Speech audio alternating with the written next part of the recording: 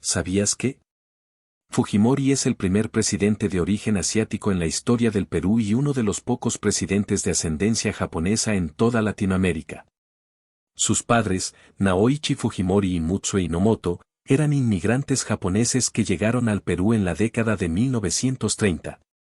Hoy te vamos a contar la historia de uno de los políticos más influyentes en la historia del Perú en todos los tiempos, el gran Alberto Fujimori. En un humilde hogar de inmigrantes japoneses en el distrito limeño de La Victoria, nació el 28 de julio de 1938 un niño que marcaría la historia del Perú de manera controversial. Ese niño era Alberto Fujimori, quien desde muy temprana edad tuvo que luchar contra la adversidad y los prejuicios por su ascendencia asiática. A pesar de las dificultades económicas, los padres de Alberto, Naoichi y Mutsue, inculcaron en él y sus hermanos los valores del esfuerzo, la disciplina y la perseverancia. Esos principios lo acompañarían a lo largo de su vida y lo impulsarían a alcanzar metas que parecían inalcanzables. Tras culminar sus estudios escolares, Alberto decidió seguir la carrera de ingeniería agrónoma en la Universidad Nacional Agraria La Molina. Fue allí donde conoció a su futura esposa, Susana Higuchi, con quien compartirían no solo el amor sino también la pasión por la academia y la investigación científica. Con una mente brillante y una determinación inquebrantable, Alberto obtuvo su título profesional y continuó su formación académica en los Estados Unidos, donde se doctoró en desarrollo agrícola por la Universidad de Wisconsin. Esta experiencia en el extranjero amplió sus horizontes y lo preparó para enfrentar desafíos aún mayores. De regreso en el Perú, Alberto Fujimori se sumergió en el mundo de la docencia universitaria, impartiendo clases en la Universidad Nacional Agraria y en la Pontificia Universidad Católica del Perú. Su pasión por la enseñanza y su compromiso con la investigación lo llevaron a publicar numerosos trabajos académicos y a ser reconocido como una eminencia en su campo. Sin embargo, la vida tenía preparado un giro inesperado para este humilde profesor de origen nipón.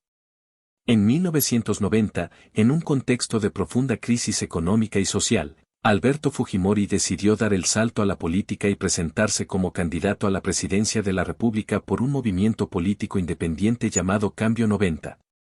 Contra todos los pronósticos, este outsider político logró cautivar a las masas con su discurso sencillo y su promesa de un cambio honrado.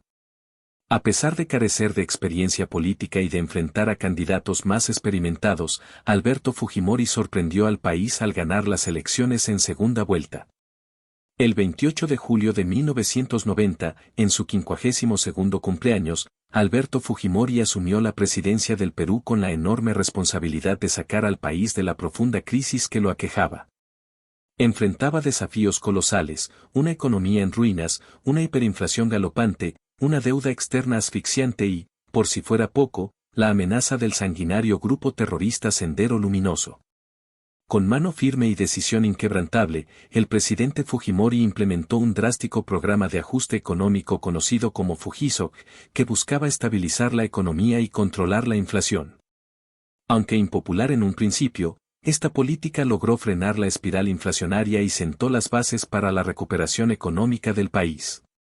Pero el mayor desafío que enfrentó Fujimori fue la lucha contra el terrorismo de Sendero Luminoso. Bajo su liderazgo, las Fuerzas Armadas y policiales intensificaron su ofensiva contra los senderistas, logrando importantes golpes que debilitaron al grupo subversivo.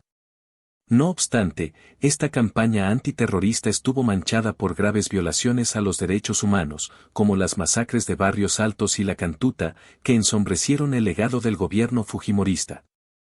En medio de este contexto convulso, Fujimori decidió dar un golpe de Estado el 5 de abril de 1992, disolviendo el Congreso y asumiendo plenos poderes bajo la justificación de refundar la democracia. Esta controversial medida polarizó aún más al país y generó un fuerte rechazo en sectores de la oposición y la comunidad internacional. No obstante, el gobierno de Fujimori logró importantes avances en diversos frentes. La economía se estabilizó y experimentó un crecimiento sostenido, se privatizaron empresas estatales y se promovió la inversión extranjera. Además, se logró la captura del líder de Sendero Luminoso, Abimael Guzmán, en 1992, lo que significó un duro golpe para la organización terrorista. Estos éxitos iniciales, sumados a una hábil campaña de marketing político, llevaron a Fujimori a buscar la reelección en 1995. Aunque la Constitución prohibía la reelección presidencial inmediata, el gobierno promovió una controversial interpretación legal que lo habilitó a presentarse nuevamente como candidato.